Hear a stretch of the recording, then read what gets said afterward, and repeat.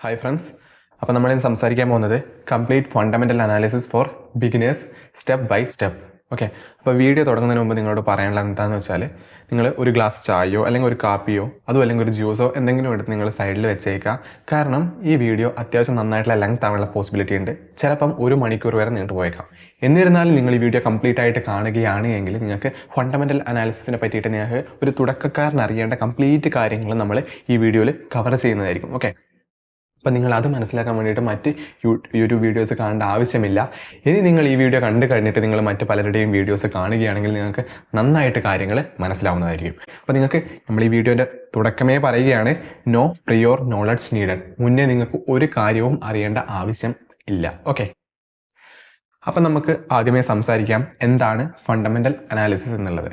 അല്ലേ, fundamental analysis എന്ന് പറഞ്ഞാൽ അതൊരു പ്രക്രിയയാണ്. എന്താണെന്ന് വെച്ചാൽ വാല്യുവേറ്റിംഗ്, അതായത് ഒരു കമ്പനീനെ സമഗ്രമായിട്ട് നിങ്ങൾ പഠിക്കുക. അടിസ്ഥാനപരമായിട്ട് കമ്പനീൻ്റെ ഏർണിങ്സ് പഠിക്കുക, കമ്പനീൻ്റെ മാനേജ്മെൻറ്റിനെ പറ്റി പഠിക്കുക, അല്ലെ കമ്പനീൻ്റെ ഫ്യൂച്ചർ ഗ്രോത്ത് പൊട്ടൻഷ്യലിനെ പറ്റിയിട്ട് നല്ല ശക്തമായിട്ട് പഠിക്കലാണ് ഫണ്ടമെൻ്റൽ അനാലിസിസിൻ്റെ ഫണ്ട എന്ന് പറയുന്നത്. എ കമ്പനീസ് ആക്ച്വൽ വാല്യൂ, ഒരു കമ്പനിയുടെ യഥാർത്ഥ മൂല്യം നിങ്ങൾ മനസ്സിലാക്കുക എന്നുള്ളതാണ് അതിൻ്റെ ഫണ്ടമെൻ്റൽ ആയിട്ട് നിങ്ങൾ അറിഞ്ഞിരിക്കേണ്ടത്. അതായത് ഫണ്ടമെൻ്റൽ അനാലിസിസ് നിങ്ങൾ അറിഞ്ഞിരിക്കേണ്ടത് എങ്ങനെയാണ് ഒരു കമ്പനിയുടെ ആക്ച്വൽ വാല്യൂ ഡിറ്റർമൈൻ ചെയ്യുന്നത്. ആക്ച്വൽ വാല്യൂ ഡിറ്റർമൈൻ ചെയ്യാൻ വേണ്ടിയിട്ടാണ് നിങ്ങൾ ഇത് ശരിക്കും നിങ്ങൾ പഠിക്കുന്നത്. Okay, using financial and business data. Okay, financial data ഉപയോഗിച്ചിട്ടാണ് ഇത് ചെയ്യുന്നത്. ഓക്കെ, അപ്പോൾ helps decide whether A stock is under valued or over valued. Under valued എന്ന് പറഞ്ഞാൽ എന്താണ്? ഒരു കമ്പനി, അതായത് ഒരു കമ്പനീൻ്റെ മാർക്കറ്റ് പ്രൈസ്, ഇപ്പോൾ റിലയൻസിൻ്റെ മാർക്കറ്റ് പ്രൈസ് എന്ന് പറയുന്നത് 2500 രൂപയാണ് കറൻറ്റ് ഇന്ത്യൻ സ്റ്റോക്ക് മാർക്കറ്റിൽ റണ്ണിങ് ചെയ്യുന്നത് എങ്കിൽ അത് ചിലപ്പം അതിൻ്റെ ഇൻട്രിൻസിക് വാല്യൂ എന്ന് പറയുന്ന ഒരു കോൺസെപ്റ്റ് ഉണ്ട്. ഓക്കെ, അപ്പോൾ ഇൻട്രിൻസിക് വാല്യൂ അതിൻ്റെ 3000 ആണ് എങ്കിൽ നമുക്ക് പറയാൻ പറ്റും ആ റിലയൻസ് എന്ന് പറയുന്നത് അണ്ടർ വാല്യൂഡ് ആണെന്ന്. ഓക്കെ, നിങ്ങളിത് ഈ കാര്യങ്ങൾ കേട്ടിട്ട് നിങ്ങൾ ടെൻഷൻ ആവേണ്ട. ഇതൊക്കെ നമ്മൾ വളരെ വ്യക്തമായിട്ട് ഈ വീഡിയോയിൽ സംസാരിക്കുന്നതാണ്. സോ നിങ്ങൾ ഇപ്പോൾ തന്നെ ടെൻഷൻ അടിക്കേണ്ട കാര്യമൊന്നുമില്ല. വീഡിയോ കണ്ട് കഴിയുമ്പോൾ നിങ്ങൾക്ക് കംപ്ലീറ്റ് ആയിട്ടും മനസ്സിലാവുന്നതായിരിക്കും. Used by long term investors like Warren Buffett. ഇപ്പോൾ നമ്മുടെ വാറൻ ബഫറ്റ് ആരാണെന്ന് നിങ്ങൾക്ക് തീർച്ചയായിട്ടും അറിയാമായിരിക്കും അല്ലേ. അതായത് 3 ദിവസം മുന്നേ ബെർക്ക്ഷയർ ഹതാവേൻ്റെ ഒരു മീറ്റിംഗ് ഉണ്ടായിരുന്നു. അതിൻ്റെ വീഡിയോ നിങ്ങൾ യൂട്യൂബിൽ പോയാൽ നിങ്ങൾക്ക് കാണാൻ പറ്റും. അദ്ദേഹം ഹോൾഡ് ചെയ്യുന്നത് US ട്രഷറി ബില്ലിനേക്കാളും കൂടുതൽ ട്രഷറി ബിൽസ് അദ്ദേഹം ഹോൾഡ് ചെയ്യുന്നുണ്ട്. ഓക്കെ, അതായത് മണി മാർക്കറ്റ് ഇൻസ്ട്രുമെൻ്റ് ആണ് ട്രഷറി ബിൽ എന്ന് പറയുന്നത്. ആനുവലി ഒരു 4% ഒക്കെ റിട്ടേൺ തരുന്ന ഒരു ഇൻസ്ട്രുമെൻ്റ് ആണ്. അത് എന്താണെന്ന് വെച്ചാൽ ഷോർട്ട് ടേം ഫൈനാൻഷ്യൽ ഇൻസ്ട്രുമെൻ്റ് ആണ്. അതായത് ഒരുപാട് ബിസിനസ്സും അല്ലെങ്കിൽ ഒരുപാട് കമ്പനീസും ഒരുപാട് ഇൻഡിവിജ്വൽ HNIs ആയിട്ടുള്ള ആളുകളൊക്കെ അവർ ഹൈലി ലിക്വിഡ് ആയിട്ടുള്ള ഒരു അസറ്റിൽ ഇൻവെസ്റ്റ് ചെയ്യുന്നുണ്ടാവും. അപ്പോൾ അതാണ് ട്രഷറി ബിൽ എന്ന് പറയുന്നത്. റിസ്ക് വളരെ കുറവാണ്, റിസ്ക് ഫ്രീ റിട്ടേൺ ആയിരിക്കും അതിലുണ്ടാവുക. ഓക്കെ, കാരണം US ഗവൺമെൻറ് ബാക്ക് ചെയ്യുന്ന ഒരു ട്രഷറിയാണ് അത്. അപ്പം യാതൊരു കാരണവശാലും അതിനെ അത് ഫോൾട്ട് ആവാം, അതായത് ഡിഫോൾട്ട് ആവാനുള്ള പോസിബിലിറ്റി ഇല്ല, അല്ലെങ്കിൽ ക്രെഡിറ്റ് റിസ്ക് അതിന് യാതൊരു കാരണവശാലും ഉണ്ടാവില്ല എന്ന് നമുക്ക് വേണമെങ്കിൽ പറയാൻ പറ്റും. ഏതൊരു ഇൻവെസ്റ്റ്മെൻറ്റിൻ്റെ റിട്ടേൺ കാൽക്കുലേറ്റ് ചെയ്യുന്ന സമയത്തും ബേസ് ആയിട്ട് എടുക്കുന്നത് ട്രഷറി ബില്ലാണ്, അതുപോലെ തന്നെ ട്രഷറി ബോണ്ടാണ്. അതായത് ബേസ് മീൻസ് അതിൻ്റെ റിസ്ക് ഫ്രീ റിട്ടേൺ ആയിട്ട് എടുക്കുന്നത് ടി ബിൽസ്, ടി ബോണ്ട്സ് അല്ലെങ്കിൽ ടി നോട്ട്സ് ഒക്കെയാണ്. ഓക്കെ, അപ്പം വാല്യൂ ആണ് വളരെ ഇമ്പോർട്ടൻ്റ് ആയിട്ട് പ്രൈസിനേക്കാളും. സോ നിങ്ങൾ ഒരു കമ്പനിയുടെ വാല്യൂ കണ്ടുപിടിക്കാനാണ് ഇവിടെ പഠിക്കാൻ പോകുന്നത്. Why you must learn fundamental analysis. എന്തിനാണ് നിങ്ങൾ ഇനി ഫണ്ടമെൻ്റൽ അനാലിസിസ് പഠിക്കുന്നത്? It helps you avoid hype stocks and invest with confidence. അതായത് ഒരുപാട് പൈസ കൂടിയ ഒരു സ്റ്റോക്ക് കണ്ടിട്ട് നിങ്ങൾ പോയിട്ട് മാർക്കറ്റിൽ നിന്ന് പെട്ടെന്ന് നിങ്ങളുടെ പൈസ കൊടുത്തിട്ട് ആ സ്റ്റോക്ക് വാങ്ങാനുള്ള ഒരു ത്വര പലർക്കും ഉണ്ടാവും, അല്ലെങ്കിൽ ഒരു ബുൾ മാർക്കറ്റിലൊക്കെ. അപ്പം നിങ്ങൾ ആ ഒരു സമയത്ത് അങ്ങനെ ആ സ്റ്റോക്ക് വാങ്ങാതെ ഒളിച്ചിരിക്കുന്ന ഒരുപാട് സ്റ്റോക്സ് ഉണ്ടാവും. അതായത് ഹൈലി ഗ്രോത്ത് പൊട്ടൻഷ്യലുള്ള, എന്നാൽ ഇപ്പോൾ വളരെയധികം പൈസ കുറഞ്ഞിട്ടുള്ളത് അല്ലേ. അപ്പോൾ അതിൻ്റെ ഇൻട്രിൻസിക് വാല്യൂവിനേക്കാളും പൈസ കുറഞ്ഞിട്ടുള്ള ഒരുപാട് നല്ല നല്ല കമ്പനീസ് ഈ ഒരു സമയത്ത് നിങ്ങൾക്ക് നന്നായിട്ട് അനലൈസ് ചെയ്യാൻ പറ്റുകയാണെങ്കിൽ നിങ്ങൾക്ക് അറിയാൻ പറ്റും, നിങ്ങൾക്ക് അതിൽ നിക്ഷേപിച്ചിട്ട് നിങ്ങൾക്ക് പ്രോഫിറ്റ് ഉണ്ടാക്കാൻ പറ്റും. Build long term wealth based on logic, not speculation. You will be able to pick companies that grow 10x in 10 years. അതായത് 10 വർഷത്തിൽ, അതായത് കമ്പനിയുടെ സ്റ്റോക്ക് ഇപ്പം 100 ആണ് എങ്കിൽ 100 into അല്ലെങ്കിൽ 100 multiplied by 10 അല്ലേ. അപ്പം 10x റിട്ടേൺ നിങ്ങൾക്ക് കിട്ടാനുള്ള പോസിബിലിറ്റി ഉണ്ടാകും നിങ്ങൾ ഈ ഒരു കാര്യങ്ങളൊക്കെ മനസ്സിലാക്കുക. അല്ലെങ്കിൽ ഫണ്ടമെൻ്റൽ അനാലിസിസ് പഠിച്ചുകൊണ്ട് നിങ്ങൾ ഇൻട്രിൻസിക് വാല്യൂവിനേക്കാളും താഴെയുള്ള സ്റ്റോക്ക് പർച്ചേസ് ചെയ്യുക അല്ലെങ്കിൽ ഹോൾഡ് ചെയ്യുകയാണെങ്കിൽ നിങ്ങൾക്ക് ഡെഫിനറ്റ് ആയിട്ടും നിങ്ങൾക്ക് നല്ല റിട്ടേൺസ് ഫ്യൂച്ചറിൽ ഉണ്ടാക്കാൻ വേണ്ടിയിട്ട് പറ്റുന്നതായിരിക്കും. അപ്പം നമുക്കിനി അടുത്തത് പറയാനുള്ളത് ടൈപ്സ് ഓഫ് ഫണ്ടമെൻ്റൽ അനാലിസിസ് ആണ്. അപ്പോൾ എന്താണ് ഫണ്ടമെൻ്റൽ അനാലിസിസിൻ്റെ ബേസിക് ആയിട്ടുള്ള കാര്യങ്ങൾ നമ്മൾ ഓൾറെഡി സംസാരിച്ച് കഴിഞ്ഞ്. ഇനി ഫണ്ടമെൻ്റൽ അനാലിസിസിൻ്റെ ടൈപ്സ് ഉണ്ട്. ക്വാണ്ടിറ്റേറ്റീവ് അനാലിസിസും ഉണ്ട്, ക്വാളിറ്റേറ്റീവ് അനാലിസിസും ഉണ്ട്. അപ്പോൾ ക്വാണ്ടിറ്റേറ്റീവ് അനാലിസിസ് ആണ് നമ്മൾ ശക്തമായിട്ടും കുറച്ച് പഠിക്കാൻ ഇത്തിരി ബുദ്ധിമുട്ടുള്ള കാര്യം. അപ്പോൾ അതാണ് നമ്മൾ ആദ്യം കൊടുത്തിട്ടുള്ളത്. ബേസ്ഡ് ഓൺ നമ്പേഴ്സ് ആണ്, കമ്പനിയുടെ നമ്പേഴ്സ്, സെയിൽസ്, അതുപോലെ തന്നെ പ്രോഫിറ്റ്, നെറ്റ് പ്രോഫിറ്റ് എന്നൊക്കെ പറയുന്ന ഒരുപാട് കാര്യങ്ങളൊക്കെ അതിൽ വരും. റവന്യൂ വരും അല്ലെ, കമ്പനിയുടെ പ്രോഫിറ്റ് വരും. പിന്നെ ഒരുപാട് റേഷ്യോസ് ഉണ്ട്. അപ്പോൾ റേഷ്യോസിനെ പറ്റിയിട്ടൊക്കെ നമ്മൾ ഡീപ്പായിട്ട് ഇവിടെ സംസാരിക്കുന്നതായിരിക്കും. ക്വാളിറ്റേറ്റീവ് അനാലിസിസ് ഉണ്ട് based on brand management and moat. അതായത് ഒരു കമ്പനിയുടെ ബ്രാൻഡ്, ഇപ്പം ഒരു ആപ്പിളിനെ പറ്റിയിട്ടാണ് പഠിക്കുന്നതെങ്കിൽ ആപ്പിളിൻ്റെ ബ്രാൻഡ് വാല്യൂവിനെ പറ്റിയിട്ടാണ് നിങ്ങൾ ശക്തമായിട്ട് ആദ്യമേ പഠിക്കേണ്ടി വരും. പിന്നീട് മാനേജ്മെന്റ് ഉണ്ടാവും, അതിൻ്റെ ഒരുപാട് ചീഫായിട്ടുള്ള ഒരുപാട് ആൾക്കാരുണ്ടാവും അല്ലെ, അതിൻ്റെ ബോർഡ് ഓഫ് ഡയറക്ടേഴ്സിൽ ആരൊക്കെ വരുന്നുണ്ട്, അതുപോലെ തന്നെ ആരാണ് അതിനെ മാനേജ് ചെയ്യുന്നത്. ഇപ്പം ആപ്പിളിൻ്റെ CEO എന്ന് പറയുന്നത് ടിം കുക്കാണ്. അവരെന്ന് പറയുന്ന ആൾ ഏറ്റവും കൂടുതൽ ആപ്പിളിന് ലാഭം ഉണ്ടാക്കി കൊടുത്തത്, അതായത് ഗ്ലോബലി ഒരു കമ്പനി, ഒരു പ്രൈവറ്റ് ആയിട്ടുള്ള ഒരു കമ്പനിക്ക് അത്രത്തോളം ലാഭം ഉണ്ടാക്കി കൊടുക്കാൻ വേണ്ടിയിട്ട് അതിൻ്റെ പിന്നിൽ ശക്തമായിട്ട് പ്രവർത്തിച്ച ആളാണ് ടിം കുക്ക് എന്ന് പറയുന്ന ആൾ. Okay, both are essential for smart investing. അപ്പോൾ ഈ ക്വാളിറ്റേറ്റീവ് ആസ്പെക്റ്റും ക്വാണ്ടിറ്റേറ്റീവ് ആസ്പെക്റ്റും വളരെ ഇമ്പോർട്ടൻ്റ് ആണ് നിങ്ങൾക്ക് സ്മാർട്ട് ആയിട്ടുള്ള ഒരു ഇൻവെസ്റ്റ്മെന്റ് ഡിസിഷൻ എടുക്കാൻ വേണ്ടിയിട്ട്. അപ്പോൾ നമ്മൾ ഓരോ സെക്ഷനായിട്ടാണ് കാര്യങ്ങൾ സംസാരിക്കാൻ പോകുന്നത്. അപ്പോൾ ആദ്യത്തെ സെക്ഷൻ 1 എന്ന് പറയുന്നത് അണ്ടർസ്റ്റാൻഡിങ് ദ ബിസിനസ്. അതായത് ഒരു കമ്പനി എന്താണ് ചെയ്യുന്നത് എന്നുള്ള മനസ്സിലാക്കലാണ് അണ്ടർസ്റ്റാൻഡിങ് ദ ബിസിനസ് കൊണ്ട് നമ്മൾ ഉദ്ദേശിക്കുന്നത്. അപ്പോൾ നമുക്ക് അടുത്ത സ്ലൈഡിലോട്ട് പോയിട്ട് നമുക്ക് ഡീപ്പായിട്ട് കാര്യങ്ങൾ മനസ്സിലാക്കാൻ വേണ്ടിയിട്ട് ശ്രമിക്കാം. ഓക്കെ, അപ്പോൾ ആദ്യത്തെ കാര്യം എന്ന് പറയുന്നത് അണ്ടർസ്റ്റാൻഡ് ദ കമ്പനി. അതിനു മുമ്പ് നമുക്ക് പറയാനുള്ളത്, നിങ്ങൾ ആദ്യമായിട്ടാണ് നമ്മുടെ ചാനൽ കാണുന്നതെങ്കിൽ ചാനൽ തീർച്ചയായിട്ടും സബ്സ്ക്രൈബ് ചെയ്യാൻ വേണ്ടി ശ്രമിക്കുക. നിങ്ങൾ share market, trading, investing, personal finance പോലെയുള്ള കാര്യങ്ങൾ ഇൻട്രസ്റ്റഡ് ആയിട്ടുള്ള ഒരാളാണെങ്കിൽ ഡെഫിനറ്റ് ആയിട്ടും ഈ ചാനൽ നിങ്ങൾക്ക് വർത്തായിരിക്കും. ഓക്കെ, അപ്പോൾ what does it do? Understand the കമ്പനിയാണ് നമ്മൾ ഇനി പറയുന്നത്. What does it do, what is it's main product or service. അതായത് നമ്മൾ ഒരു കമ്പനിയെ പറ്റി പഠിക്കുമ്പം ഒരു ലോജിക്കായിട്ട് നിങ്ങൾ തിങ്ക് ചെയ്യേണ്ട ഒരു കാര്യമാണ് ആ കമ്പനി അല്ലെങ്കിൽ ആ ബിസിനസ് എന്താണ് ചെയ്യുന്നത് എന്നുള്ളത് നിങ്ങൾ ആദ്യമേ അറിഞ്ഞിരിക്കുക. What is it's main product or service, അതിൻ്റെ പ്രോഡക്റ്റ് എന്താണ്, അതിൻ്റെ സർവീസ് എന്താണെന്നുള്ള കാര്യം നിങ്ങൾ മനസ്സിലാക്കുക അല്ലേ. അപ്പോൾ നിങ്ങളൊരു ആപ്പിളിൻ്റെ കമ്പനിയിൽ നിക്ഷേപിക്കാൻ പോവുകയാണെങ്കിൽ നിങ്ങൾക്ക് മനസ്സിലാവും ആപ്പിളിന് ഒരുപാട് പ്രോഡക്റ്റ്സ് ഉണ്ട്.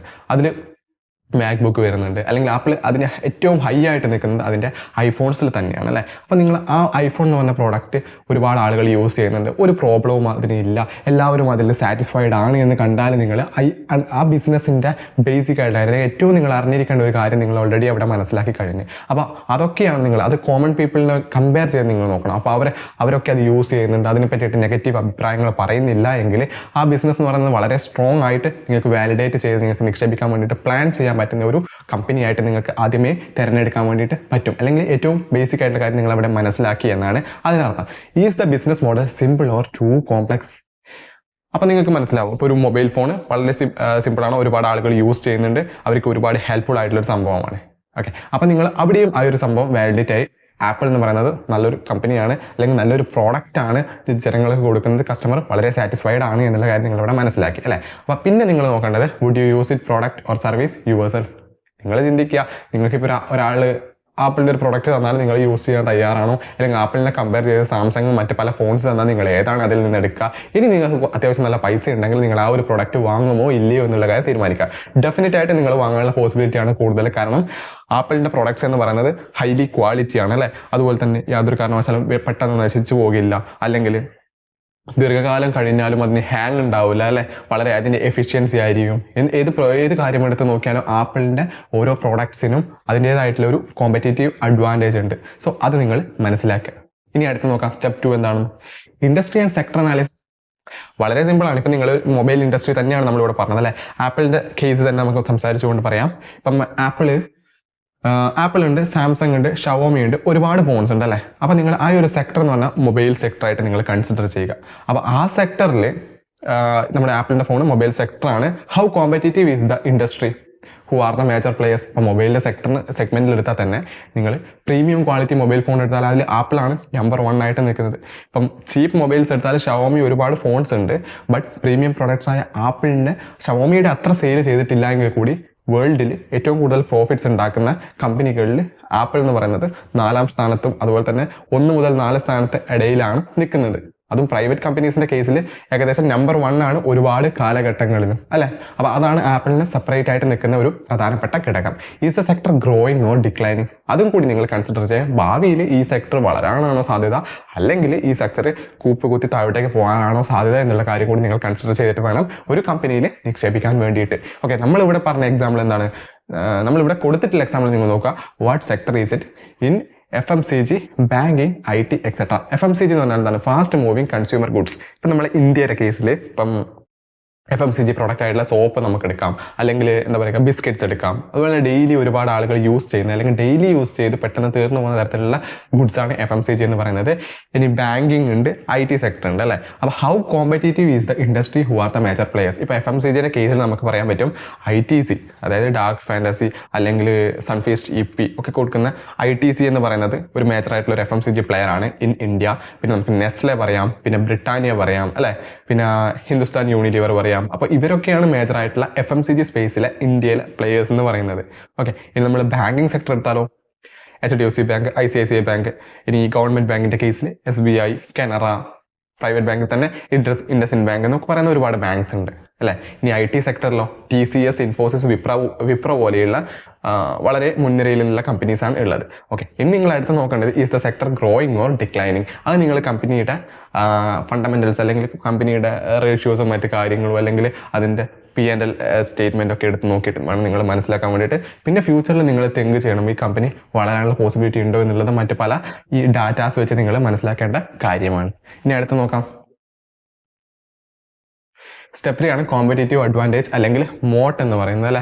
അതായത് ആ കമ്പനീനെ സെപ്പറേറ്റ് ആയിട്ട് നിൽക്കുന്നത് ഏത് ഘടകമാണെന്ന് നിങ്ങൾ മനസ്സിലാക്കണം. നിങ്ങൾ നിക്ഷേപിക്കാൻ പോകുന്ന കമ്പനീനെ സെപ്പറേറ്റ് ആയിട്ട് നിൽക്കുന്ന അല്ലെങ്കിൽ വേറിട്ട് നിൽക്കുന്ന ഘടകം എന്താണെന്ന് നിങ്ങൾ മനസ്സിലാക്കുക. Does it have something others can easily copy. അത് പെട്ടെന്ന് മറ്റൊരാൾക്ക് കോപ്പി ചെയ്യാൻ പറ്റാത്ത എന്തെങ്കിലും അതിൽ ഉണ്ടോ എന്നുള്ള കാര്യം നോക്കുക. ഇപ്പം ആപ്പിളിൻ്റെ കേസിൽ തന്നെ പറയുകയാണെങ്കിൽ ആപ്പിൾ തരുന്ന ഒരു അത്രത്തോളം എഫിഷ്യൻസിയിൽ ഒരു പ്രൊഡക്റ്റും ഇപ്പം നിലവിൽ തരുന്നില്ല എന്നുള്ളതാണ് സത്യം. അതുപോലെ തന്നെ അതിൻ്റെ പ്രൈവസി ആയാലും അല്ലേ, അതായത് ആപ്പിൾ ബിൽറ്റ് ഇൻ പ്രൈവസി എന്ന് പറഞ്ഞിട്ടാണ് അതിനെ ഏറ്റവും കൂടുതലായിട്ട് മാർക്കറ്റിംഗ് അല്ലെങ്കിൽ ബ്രാൻഡിങ് ചെയ്യുന്നത് എന്നുള്ള കാര്യം നിങ്ങൾക്ക് മനസ്സിലാക്കുക. ബ്രാൻഡ് പവർ, ആപ്പിളിൻ്റെ ബ്രാൻഡ് പവർ എന്ന് പറയുന്നത് ഇമ്മെൻസ് ആണ് അല്ലേ.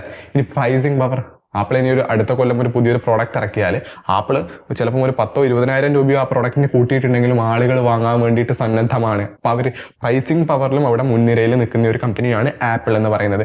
പാറ്റൻസ്, ആപ്പിളിൻ്റെ ലോഗോ എന്ന് പറയുന്നതിന് അത്രത്തോളം വാല്യുബിൾ ആണ്. സോ ആപ്പിളിൻ്റെ ലോഗോ അല്ലെങ്കിൽ പാറ്റൻ്റ് ഒന്നും അത്ര പെട്ടെന്ന് നശിച്ചു പോകുന്ന ഒരു കാര്യമല്ല എന്നുള്ള കാര്യം നിങ്ങൾ മനസ്സിലാക്കുക. പിന്നെ ഡിസ്ട്രിബ്യൂഷൻ നെറ്റ്വർക്ക്, ഒരുപാട് രാജ്യങ്ങൾ അവർക്ക് ഡിസ്ട്രിബ്യൂട്ട് ചെയ്യാനുള്ള ഇതുണ്ടോ കാര്യങ്ങളുണ്ടോ എന്നുള്ള കാര്യങ്ങളൊക്കെ നിങ്ങൾ നോക്കിയിട്ട് വേണം ഒരു കമ്പനിയിൽ നിക്ഷേപം നടത്താൻ വേണ്ടിയിട്ട്. The stronger the mote the safer the investment is അല്ലെ. കോമ്പറ്റേറ്റീവ് അഡ്വാൻറ്റേജ് വളരെ ഹൈ ആണെങ്കിൽ നിങ്ങളുടെ ഇൻവെസ്റ്റ്മെന്റ് നന്നായിട്ട് അല്ലെങ്കിൽ ശക്തമായിട്ട് മുന്നോട്ടേക്ക് പോകാൻ അല്ലെങ്കിൽ വളരെ സേഫ് ആണ് എന്നുള്ള കാര്യത്തിലൊക്കെ നിങ്ങൾക്കൊരു തീരുമാനം ഉറപ്പിക്കാൻ വേണ്ടിയിട്ട് പറ്റും.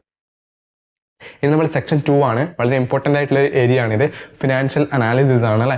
നമ്പേഴ്സ് ദാറ്റ് മാറ്റർ, അതായത് ഒരു കമ്പനിയുടെ ബേസിക് ആയിട്ട് നിങ്ങൾ അറിഞ്ഞിരിക്കേണ്ട ഒരു ഫണ്ടമെന്റൽ അനാലിസിസ് നടക്കുമ്പോൾ ആ കമ്പനിയുടെ നമ്പേഴ്സ് കൃത്യമായിട്ട് നിങ്ങൾ പഠിച്ചിരിക്കുക അല്ലെങ്കിൽ നമ്പേഴ്സ് നന്നായിട്ട് മനസ്സിലാക്കുക. Okay, numbers tell the real story behind any company എന്നുള്ള കാര്യം നിങ്ങൾ മനസ്സിലാക്കുക. അപ്പോൾ അതിൽ തന്നെ നമ്മൾ പറയുകയാണ് revenue and profit growth. Revenue എന്ന് പറഞ്ഞാൽ എന്താ, ഒരു കമ്പനി ടോട്ടലായിട്ട് അത് ഏത് ബിസിനസ്സാണ് ചെയ്യുന്നത് എന്നുള്ളതിനെ നോക്കിയിട്ടായിരിക്കും അതിൻ്റെ റവന്യൂ ഡിറ്റർമൈൻ ചെയ്യുക അല്ലേ. അപ്പോൾ റവന്യൂ എന്ന് പറയുന്നത് അതിൻ്റെ ടോട്ടൽ വരുന്നതിൻ്റെ വരുമാനം അല്ലെങ്കിൽ അതിൻ്റെ ഒരു സെയിൽസ് ആണ് റവന്യൂ എന്ന് പറയുന്നത്. ഇനി പ്രോഫിറ്റ് എന്ന് പറയുന്നത് എന്താണ്, revenue minus cost of goods sold, അതാണ് ഗ്രോസ് പ്രോഫിറ്റ് ആയിട്ട് വരുന്നത്. പിന്നെ മറ്റ് പല ചിലവുകൾ ഉണ്ടാവും, selling general and administrative expense പോലെയുള്ള ഒരുപാട് ചിലവുകൾ വരും. പിന്നെ ഇൻട്രസ്റ്റ് കൊടുക്കേണ്ടതായിട്ട് വരും അല്ലെ. EBIT എന്നാണ് ഇൻട്രസ്റ്റ് എടുത്ത് കൊടുക്കുക. പിന്നെ അത് കഴിഞ്ഞിട്ട് വരുന്നതാണ് ഏർണിങ്സ് ബിഫോർ ടാക്സ് എന്ന് പറയുന്നത്. ആ ടാക്സ് കൂടി കുറച്ച് കഴിഞ്ഞാലാണ് നിങ്ങൾക്ക് നെറ്റ് ഇൻകം അല്ലെങ്കിൽ യഥാർത്ഥത്തിലുള്ള നെറ്റ് പ്രോഫിറ്റ് നിങ്ങൾക്ക് കിട്ടുകയുള്ളൂ. അപ്പോൾ അത് നിങ്ങൾ കൺസിഡർ ചെയ്യുക. പിന്നെ നിങ്ങൾ നോക്കേണ്ടത് is the revenue growing year on year. അതായത് റവന്യൂ എന്ന് പറയുന്നത് ഇയർ ഓൺ ഇയർ, അതായത് വർഷങ്ങൾ കഴിയുന്തോറും റവന്യൂ കൂടുന്നുണ്ടോ എന്നുള്ള കാര്യം നിങ്ങൾ ശക്തമായിട്ട് നോക്കുക. പിന്നെ ആ റവന്യൂ കൂടുന്നതിനോടൊപ്പം തന്നെ നല്ല ശക്തമായിട്ടുള്ള എക്സ്പെൻസ് കൂടിയിട്ട് നെറ്റ് പ്രോഫിറ്റ് നിങ്ങൾക്ക് വർഷാവർഷം കുറവാണ് കിട്ടുന്നതെങ്കിൽ നിങ്ങൾ അവിടെ ഒന്ന് ജസ്റ്റ് നിങ്ങളൊന്ന് ശ്രദ്ധ കേന്ദ്രീകരിക്കേണ്ടതായിട്ടുണ്ട്. കാരണം ആ കമ്പനി എക്സ്ട്രാ ഇൻവെസ്റ്റ്മെന്റ് നല്ല ഇൻവെസ്റ്റ്മെന്റ് നടത്തിയിട്ടാണോ അതിന്റെ നെറ്റ് പ്രോഫിറ്റ് കുറയുന്നുള്ള കാര്യം നിങ്ങൾ നോക്കുക. അങ്ങനെ കുറച്ച് ഇമ്പോർട്ടൻ്റ് ആയിട്ടുള്ള കാര്യങ്ങൾ നിങ്ങളവിടെ ശ്രദ്ധിക്കാനുണ്ട്. ഓക്കെ, പിന്നെ എന്താണ് പറയുന്നത്, look for consistent and healthy trends. അതായത് ഒരു ശക്തമായിട്ടുള്ള ഒരു ഗ്രാഫ് നിങ്ങൾ മുകളിലോട്ടേക്കാണ് പോകുന്നത് എന്നുണ്ടെങ്കിൽ നിങ്ങൾക്ക് ഡെഫിനറ്റ് ആയിട്ട് നിങ്ങൾക്ക് ആ കമ്പനിയിൽ നിക്ഷേപിക്കാൻ വേണ്ടി പറ്റും. നേരെ മറിച്ച് ഒരു വർഷം നല്ല ശക്തമായിട്ടുള്ള പ്രോഫിറ്റ്, നെക്സ്റ്റ് ഡേ അല്ലെങ്കിൽ നെക്സ്റ്റ് ഇയറിൽ നല്ല ശക്തമായിട്ടുള്ള ഒരു ഡിക്ലൈന് കൂപ്പ് കുത്തുക, പിന്നീട് മുകളിലോട്ടേക്ക് പോവുക, പിന്നീട് 2 വർഷത്തേക്ക് കൂപ്പ് കുത്തുക, അങ്ങനെയൊക്കെ ആണെങ്കിൽ നിങ്ങൾ നിങ്ങളുടെ ഫണ്ട് ആ കമ്പനിയിൽ നിക്ഷേപിക്കണോ വേണ്ടിയോ എന്നുള്ള കാര്യം നിങ്ങൾ ഒന്നുകൂടി ഒന്ന് ജഡ്ജ് ചെയ്തതിന് ശേഷം മാത്രം തീരുമാനിക്കുക. ഓക്കെ, നമ്മളിവിടെ ഒരു കമ്പനിയുടെ business revenue bar graph with opex details നമ്മളിവിടെ കൊടുത്തിട്ടുണ്ട്. നിങ്ങൾ അതിൻ്റെ താഴെ ഒന്ന് നോക്കുക. ഓക്കെ, കമ്പനി ഏതായാലും പ്രശ്നമില്ല, പക്ഷെ നിങ്ങൾ അനലൈസ് ചെയ്യേണ്ടത് എങ്ങനെയാണെന്നാണ് നമ്മൾ പറഞ്ഞു തരാൻ പോകുന്നത്.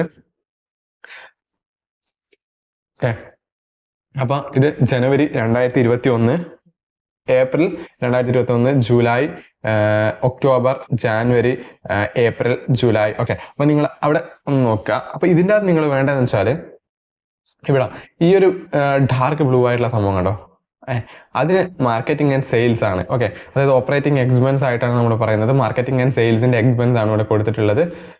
അതുപോലെ തന്നെ ഇവിടെ ബ്ലൂ ആയിട്ട് കൊടുത്തിട്ടുള്ളത് അഡ്മിനിസ്ട്രേഷൻ എക്സ്പെൻസ് ആണ്. അതുപോലെ തന്നെ ഇത് R&D, research and development expense ആണ്. ഓക്കെ, അപ്പോൾ വർഷാവർഷം കഴിയും തോറും, ഓക്കെ, വർഷാവർഷം കഴിയും തോറും അല്ലെങ്കിൽ മാസം കഴിയും തോറും എന്താ ഇവിടെ സംഭവിക്കുന്നത്, അല്ലെ ക്വാർട്ടർ ഓൺ ക്വാർട്ടർ ബേസിസിൽ കൂടുകയാണ് അല്ലെ ഇവിടെ സംഭവിക്കുന്നത്. അപ്പോൾ ഇവിടെ ഇവരുടെ എല്ലാം കൂടുന്നുണ്ട് അല്ലെ, ഇവരുടെ റവന്യൂ കൂടുന്നുണ്ട്, ഇവരുടെ റിസർച്ച് ആൻഡ് ഡെവലപ്മെന്റ് കോസ്റ്റ് കൂടുന്നുണ്ട്, അതുപോലെ തന്നെ ഇവരുടെ അഡ്മിനിസ്ട്രേഷൻ എക്സ്പെൻസ് ഒക്കെ കൂടുന്നുണ്ട്. സോ നമുക്കിവിടെ പറയാൻ പറ്റും ഇവിടെ കൺസിസ്റ്റന്റ് ആയിട്ടുള്ള ഒരു ഗ്രോത്ത് ആണ് ഇവിടെ സംഭവിക്കുന്നത്. സോ ഇങ്ങനെയുള്ള കമ്പനീസിൽ നിക്ഷേപിക്കുന്നത് കൊണ്ട് നിങ്ങൾക്ക് യാതൊരുവിധ അധികം പ്രോബ്ലവും ഒന്നും ഉണ്ടാവില്ല. ഒറ്റ നോട്ടത്തിൽ തന്നെ നിങ്ങൾക്ക് ഇവിടെ വാലിഡേറ്റ് ചെയ്യാൻ പറ്റും. അത്യാവശ്യം സ്ട്രോങ് ആയിട്ടുള്ള ഒരു കമ്പനിയാണ്. ഇതിന്റെ എല്ലാം കൺസിസ്റ്റന്റ് ആയിട്ട് ഗ്രോ ചെയ്യുന്നുണ്ട്, സെയിൽസും നല്ല ശക്തമായിട്ട് ഗ്രോ ചെയ്യുന്നുണ്ട്, അല്ലെങ്കിൽ അതിന്റെ റവന്യൂ വരുമാനവും കൂടുന്നുണ്ട് എന്നുള്ള കാര്യം നിങ്ങൾക്ക് ഇവിടെ മനസ്സിലാക്കാൻ വേണ്ടി പറ്റും അല്ലെ. ഇനി സ്റ്റെപ്പ് 5 നോക്കാം. പ്രോഫിറ്റ് മാർജിൻ ആണ്. ഓപ്പറേറ്റിംഗ് മാർജിൻ എന്ന് പറഞ്ഞാൽ എന്താണ്, കോർ ബിസിനസ് പ്രോഫിറ്റബിലിറ്റി. അതായത് ഒരു കമ്പനി എന്ത് ബിസിനസ് ആണോ ചെയ്യുന്നത് ആ ബിസിനസ്സിൽ നിന്ന് ആ കമ്പനിക്ക് നല്ല ശക്തമായിട്ടുള്ള ലാഭം ഉണ്ടാക്കാൻ പറ്റുന്നുണ്ടോ, അല്ലെങ്കിൽ ആ ഒരു ഏരിയയിൽ നിന്ന് കമ്പനിക്ക് നല്ലൊരു റവന്യൂ വരുമാനം വരുന്നുണ്ടോ എന്നുള്ളതാണ് ഓപ്പറേറ്റിംഗ് മാർജിൻ എന്ന് പറയുന്നത്. ആ ഏത് ബിസിനസ് എടുത്താലും അതിന് കോർ ബിസിനസ് പ്രോഫിറ്റബിലിറ്റി ഉണ്ടാവും. ഇപ്പം ആപ്പിളിൻ്റെ കേസിൽ അതിൻ്റെ കോർ ബിസിനസ് എന്ന് പറയുന്നത് മാക്ബുക്ക് അല്ലെങ്കിൽ ആപ്പിളിൻ്റെ ഓരോ ഐഫോൺസ് സെയിൽ ചെയ്യുന്നതായിരിക്കും അല്ലേ. ഇപ്പം നമ്മുടെ അടുത്തൊരു കേസ് എടുക്കാം, ഇപ്പം ITC, ഇന്ത്യൻ ടുബാക്കോ കമ്പനി എന്ന് പറയുന്ന ITCയുടെ കേസിൽ ഏറ്റവും കൂടുതൽ അവരുടെ കോർ ബിസിനസ് വരുന്നത് ടുബാക്കോ പ്രോഡക്ട്സ് കൊടുത്തിട്ട് തന്നെയല്ല, സിഗരറ്റ്സും മറ്റു കാര്യങ്ങളൊക്കെ, ഗോൾഡ് ഫ്ലേക്ക്, അതുപോലെ തന്നെ മറ്റ് പല സിഗരറ്റ്സും വിറ്റിട്ട് തന്നെയാണ് അവർക്ക് ഏറ്റവും കൂടുതലായിട്ട് വരുമാനം വരുന്നത്. ഇനി TCSന്റെ കാര്യത്തിൽ എടുത്ത് നോക്കിയാലോ, അവർ കൊടുക്കുന്ന സർവീസിലാണ് അവരുടെ ഓപ്പറേറ്റിംഗ് മാർജിൻ ഏറ്റവും കൂടുതലായിട്ടും പ്രോഫിറ്റ്സ് അവർക്ക് ഉണ്ടാക്കാൻ വേണ്ടി പറ്റുന്നത്. നെറ്റ് പ്രോഫിറ്റ് മാർജിൻ നോക്കണം. Final take away after all cost, നമ്മൾ നേരത്തെ പറഞ്ഞ പോലെ തന്നെ എല്ലാ കോസ്റ്റും ഡിഡക്ട് ചെയ്തതിന് ശേഷം മാത്രമേ നമുക്ക് നെറ്റ് പ്രോഫിറ്റ് പറയാൻ വേണ്ടി പറ്റും. ആളുകളുടെ അല്ലെങ്കിൽ എംപ്ലോയീസിന്റെ സാലറി, ബോർഡ് ഓഫ് ഡയറക്ടേഴ്സിന് കൊടുക്കേണ്ട റെമ്യൂണറേഷൻ, ഓക്കെ, അപ്പോൾ മറ്റു കാര്യങ്ങളൊക്കെ നോക്കിയതിന് ശേഷം മാത്രം, പിന്നെ മറ്റ് അവർ ട്രാവൽ ചെയ്തത് അല്ലെങ്കിൽ അവരുടെ ബിസിനസ്സിൻ്റെ ഒരുപാട് റെൻ്റൽ എടുത്തിട്ടുണ്ടാവും, അതിനൊക്കെ വാടക കൊടുത്തിട്ടുണ്ടാവും. അപ്പോൾ അങ്ങനെയുള്ള എക്സ്പെൻസ് ഒക്കെ കട്ട് ചെയ്തതിന് ശേഷം മാത്രമേ നമുക്ക് നെറ്റ് പ്രോഫിറ്റ് പറയാൻ പറ്റൂ. അത് ഏറ്റവും ഇമ്പോർട്ടൻ്റ് ആയിട്ട് നിങ്ങൾ നോക്കേണ്ടത്, അതായത് ആ കമ്പനി ഒരുപാട് ലോൺ അല്ലെങ്കിൽ ഒരുപാട് ആളുകൾ എടുക്കുന്ന പബ്ലിക്കിൻ്റെ എടുക്കുന്നൊക്കെ ബോണ്ട് വഴിയൊക്കെ ഒരുപാട് പൈസ കളക്ട് ചെയ്തിട്ടുണ്ടാവും അല്ലേ. അപ്പോൾ അതിനുള്ള കൂപ്പൺ റേറ്റ് അല്ലെങ്കിൽ കൂപ്പൺ ഇൻട്രസ്റ്റ് കൊടുക്കേണ്ടി വരും, അതുപോലെ തന്നെ ബാങ്കിന് ഇൻട്രസ്റ്റ് കൊടുക്കേണ്ടി വരും. അപ്പോൾ അതൊക്കെ കട്ട് ചെയ്തതിന് ശേഷം മാത്രമേ നമുക്ക് പറയാൻ പറ്റൂ അതിന് എത്ര നെറ്റ് പ്രോഫിറ്റ് ഉണ്ട് എന്നൊക്കെ നമുക്ക് വ്യക്തമായിട്ട് പറയാൻ പറ്റും. അപ്പോൾ higher and stable margin are ideal. Okay, higher ആയിട്ടുള്ള മാർജിൻ, അതായത് ഒരുപാട് പ്രോഫിറ്റ്സ് ഉണ്ടാക്കുന്നുണ്ടെങ്കിൽ നമുക്ക് പറയാൻ പറ്റും നല്ലൊരു കമ്പനിയാണ് എന്നുള്ളത് അല്ലേ. അപ്പോൾ നെറ്റ് ഇൻകത്തിൻ്റെ എങ്ങനെയാണ് കണ്ടുപിടിക്കുന്നത് എന്നുള്ള ഒരു ഇക്വേഷൻ വേണമെന്നുണ്ടെങ്കിൽ നിങ്ങൾ ജസ്റ്റ് ഒന്ന് നോട്ട് ഡൗൺ ചെയ്ത് വെക്കുക. Net income divided by revenue ചെയ്താൽ മതി. ഇനി 6ാമത്തെ സ്റ്റെപ്പാണ് റിട്ടേൺ റേഷ്യോസ്. അപ്പോൾ നമ്മൾ പറയുകയാണ്, അതായത് നിങ്ങൾ ഫണ്ടമെന്റൽ അനാലിസിൻ്റെ ഏറ്റവും ഇമ്പോർട്ടൻ്റ് ആയിട്ടുള്ള ഒരു ഏരിയ ആണ് ഫിനാൻഷ്യൽ റേഷ്യോസ് എന്ന് പറയുന്നത് അല്ലേ. അപ്പോൾ നിങ്ങളിവിടെ കാണുന്നുണ്ട് return on equity, return on capital employed, അതുപോലെ തന്നെ ഇവിടെ 2 കാണുന്നുള്ളൂ. നിങ്ങൾ യഥാർത്ഥത്തിൽ ഇതൊന്നുമല്ല, ഇതിനേക്കാൾ കൂടുതൽ റേഷ്യോസ് ഉണ്ട്. അപ്പോൾ നിങ്ങൾക്ക് റേഷ്യോസിനെ പറ്റിയിട്ട് വളരെ ഇൻഡെപ്ത് ആയിട്ട്, ബേസിക് ആയിട്ട്, കംപ്ലീറ്റ് ആയിട്ട് പഠിക്കണമെന്നുണ്ടെങ്കിൽ നമ്മൾ തീർച്ചയായിട്ടും ഒരു വീഡിയോ ഓൾറെഡി ചെയ്തിട്ടുണ്ട്. നിങ്ങൾക്ക് അതിൻ്റെ ലിങ്ക് നമ്മൾ ഡിസ്ക്രിപ്ഷനിലും അതുപോലെ തന്നെ ഐ ബട്ടണിൽ കൊടുക്കാം. ഡെഫിനറ്റ് ആയിട്ട് നിങ്ങൾക്ക് വർത്തായിരിക്കും ആ വീഡിയോ. ഒരുപാട് റേഷ്യോസിനെ പറ്റി നമ്മളിവിടെ സംസാരിക്കുന്നുണ്ട്. വളരെ പ്രധാനപ്പെട്ട 8 റേഷ്യോസിനെ പറ്റിയിട്ടാണ് നമ്മളിവിടെ പറയുന്നത്. Okay, return on equity, how well the company uses the shareholders money. അതായത് ഷെയർ ഹോൾഡറിന്റെ പൈസ ഉപയോഗിച്ചിട്ട് എത്ര എഫിഷ്യൻ്റ് ആയിട്ടാണ് കമ്പനി റിട്ടേൺ ജനറേറ്റ് ചെയ്യുന്നത് ഉള്ളതാണ് റിട്ടേൺ ഓൺ ഇക്വിറ്റി പറഞ്ഞു തരുന്നത്. ഇനി റിട്ടേൺ ഓൺ ക്യാപിറ്റൽ എംപ്ലോയിഡ് എന്താണ്, ഓവറോൾ ക്യാപിറ്റൽ എഫിഷ്യൻസി, അതായത് ഓവറോൾ ആയിട്ടുള്ള ക്യാപിറ്റൽ ഉപയോഗിച്ചുകൊണ്ട് എത്രത്തോളം റിട്ടേൺസ് കമ്പനിക്ക് ജനറേറ്റ് ചെയ്യാൻ പറ്റുന്നുണ്ട് എന്നുള്ളത് നോക്കുന്നതാണ് ഈ സംഭവം. ഓക്കെ, അപ്പം അതും വളരെ ഇമ്പോർട്ടൻ്റ് ആയിട്ട് നിങ്ങൾ നോക്കേണ്ട കാര്യമാണ്. നിങ്ങൾ തീർച്ചയായിട്ടും ആ ഒരു വീഡിയോ കാണാൻ വേണ്ടി നോക്കുക, എന്നാൽ നിങ്ങൾക്ക് റേഷ്യോസിനെ പറ്റിയിട്ട് കംപ്ലീറ്റ് ആയിട്ട് മനസ്സിലാക്കാൻ വേണ്ടിയിട്ട് പറ്റും. ഓക്കെ, അത് ജസ്റ്റ് നമ്മളിവിടെ ഒരു ഗ്രാഫ് പോലെ ഇവിടെ കാണിച്ചുള്ളതാണ്. റിട്ടേൺ ഓൺ ക്യാപിറ്റൽ എംപ്ലോയിഡും അതുപോലെ തന്നെ റിട്ടേൺ ഓൺ ഇക്വിറ്റിയും ഒരു പരിധിയിൽ മുകളിലോട്ടേക്ക് പോകുന്നു, പിന്നീട് ഒരു സ്റ്റേബിൾ ആയിട്ട് നിൽക്കുന്നതാണ് ഇവിടെ കാണിക്കുന്നത്. ഓക്കെ, ഇനി അടുത്ത് നോക്കാം. സ്റ്റെപ്പ് 7 ഡെപ്റ്റ് ആൻഡ് ലിക്വിഡിറ്റി ആണ്. ഓക്കെ, ഡെപ്റ്റ് ടു ഇക്വിറ്റി റേഷ്യോ വളരെ ഇമ്പോർട്ടൻ്റ് ആണ്. ഇതൊക്കെ നമ്മൾ മറ്റേ വീഡിയോയിൽ കൃത്യമായിട്ട് പറഞ്ഞിട്ടുണ്ട്. അതിന് കറണ്ട് റേഷ്യോ പറഞ്ഞിട്ടുണ്ട് അല്ലേ. അപ്പോൾ ഷുഡ് ഡെപ്റ്റ് ടു ഇക്വിറ്റി റേഷ്യോ ആണെങ്കിൽ should generally be less than 1 ആണ് വരിക. അതുപോലെ തന്നെ കറണ്ട് റേഷ്യോയുടെ കേസിലാണെങ്കിൽ ഷുഡ് ബി ഗ്രേറ്റർ ദാൻ 1. അതായത് അതിൻ്റെ ഒരു ഐഡിയൽ സ്റ്റാൻഡേർഡ് എന്ന് പറയുന്നത് 2 ഒക്കെയാണ് അല്ലേ. അപ്പോൾ കറണ്ട് റേഷ്യോൻ്റെ ഇക്വേഷൻ എന്താണ്? Current asset divide by current liability ആണ്. ഡെപ്റ്റ് ടു ഇക്വിറ്റി റേഷ്യോയുടെ ഇക്വേഷൻ എന്താണ്? അത് ടോട്ടൽ ഡെപ്റ്റ് ബൈ ടോട്ടൽ ഇക്വിറ്റി ആണ്. ഡെപ്റ്റ് ടു ഇക്വിറ്റിയുടെ ഇക്വേഷൻ അല്ലെങ്കിൽ ഡെപ്റ്റ് ബൈ ഇക്വിറ്റി. അവോയ്ഡ് ഹെവിലി ഡെപ്റ്റ് ലോഡഡ് കമ്പനീസ് അൺലെസ് ജസ്റ്റിഫൈഡ്. അതായത് വളരെ കോമൺ ആയിട്ടുള്ളൊരു നോളജ് ആണ്. അതായത് ഒരുപാട് കടം എടുത്തിട്ടാണ് ആ കമ്പനി റൺ ചെയ്യുന്നുണ്ടെങ്കിൽ ആ കമ്പനിക്ക് ആ കടം തിരിച്ചു കൊടുക്കാൻ വേണ്ടിയിട്ടുള്ള പ്രോബിലിറ്റി ഓർ പോസിബിലിറ്റി ഉണ്ടോ എന്നുള്ളത് നോക്കുക. അവ ഇല്ല എങ്കിൽ നിങ്ങൾ അവിടെ നിക്ഷേപിക്കേണ്ട എന്നാണ് പറയുന്നത്. ഓക്കെ, ഡെപ്റ്റ് വേഴ്സസ് ഇക്വിറ്റി ഫൈനാൻസിങ് അത് നിങ്ങളൊരു കൃത്യമായിട്ടുള്ള രീതിയിൽ മെയിൻറ്റെയിൻ ചെയ്ത് പോകണം. ഏതൊരു കമ്പനീസ് ആണെങ്കിലും അതിൻ്റെ ഒരു ക്രൈറ്റീരിയ അല്ലെങ്കിൽ ഒരു സ്റ്റാൻഡേർഡ് മെയിൻറ്റെയിൻ ചെയ്യുന്നുണ്ടോ എന്നുള്ള കാര്യം നോക്കിയതിന് ശേഷം മാത്രം നിങ്ങൾ ഹൈലി ഡെപ്റ്റഡ് ആയിട്ടുള്ള ഈ കമ്പനീസിലൊക്കെ നിക്ഷേപിക്കാൻ വേണ്ടിയിട്ട് ശ്രമിക്കുക. ഓക്കെ, ഇനി ക്യാഷ് ഫ്ലോ സ്റ്റേറ്റ്മെൻറ്റ്സ് ആണ്. ഇതും വളരെ ഇമ്പോർട്ടൻ്റ് ആണ്. Profits is not equal to cash. നിങ്ങൾ ഇമ്പോർട്ടൻ്റ് ആയിട്ട് കൺസിഡർ ചെയ്യേണ്ട ഒരു കാര്യമാണ്. ഓക്കെ, അപ്പോൾ check if the company is generating positive operating cash flow.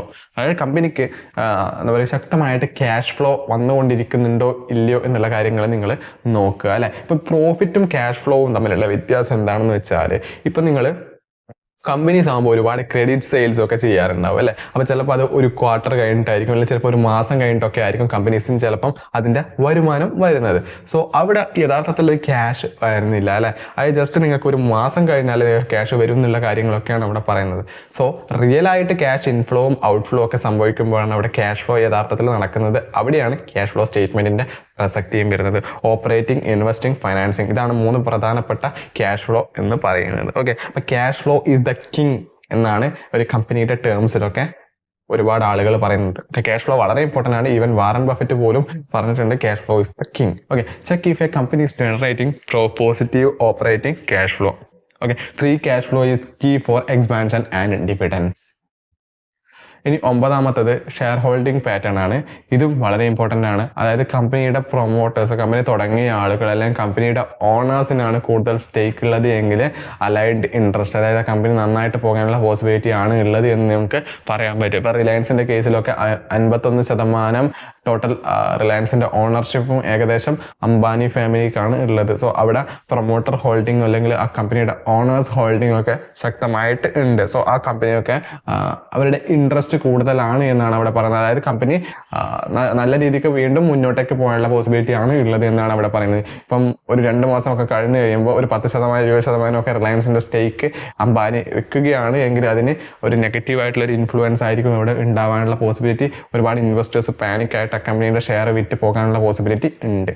FIIs or DIIs entry indicates trust. അതായത് ഫോറിൻ ഇൻസ്റ്റിറ്റ്യൂഷണൽ ഇൻവെസ്റ്റേഴ്സ് എന്ന് പറയുമ്പം ഇന്ത്യൻ കമ്പനിയിൽ ഇപ്പം നിക്ഷേപിക്കാൻ വേണ്ടിയിട്ട് താല്പര്യമുള്ള ഒരുപാട് വിദേശ നിക്ഷേപകരുണ്ടാവും അല്ലേ. അപ്പോൾ നിങ്ങൾ എല്ലാ കമ്പനീസിനും എടുത്ത് നോക്കിയാൽ നിങ്ങൾക്ക് അവിടെ ഒരു FIIസിൻ്റെയോ DIIസിൻ്റെയോ സെഗ്മെൻറ്റ് നിങ്ങൾക്ക് കാണാൻ പറ്റും. അപ്പോൾ FIIസിൻ്റെയോ അല്ലെങ്കിൽ DIIസിൻ്റെയോ ഇൻട്രസ്റ്റ് കൂടുതലാണ് എങ്കിൽ നമുക്ക് ഉറപ്പിക്കാം ആ കമ്പനി നല്ലൊരു കമ്പനിയാണ് എന്നുള്ള രീതിയിൽ നമുക്ക് ഉറപ്പിക്കാം. കാരണം അവർക്ക് നന്നായിട്ട് പഠിച്ചതിന് ശേഷം മാത്രമേ ഓരോ കമ്പനിയിലും നിക്ഷേപിക്കാനുള്ള പോസിബിലിറ്റി ഉണ്ടാകും. വാച്ച് ഫോർ കണ്ടിന്യൂസ് പ്രൊമോട്ട് സ്റ്റേക്ക് റിഡക്ഷൻ, റെഡ് ഫ്ലാഗ്, നമ്മൾ നേരത്തെ പറഞ്ഞ ആ കാര്യം തന്നെ.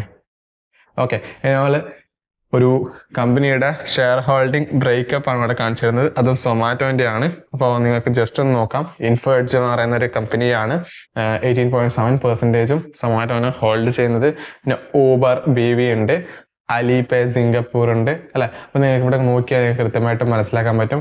നമ്മുടെ ദീപീന്ദർ ഗോയലിൻ്റെ ഒരു നെയിം ഇവിടെ കൊടുത്തിട്ടുണ്ട് അല്ലേ.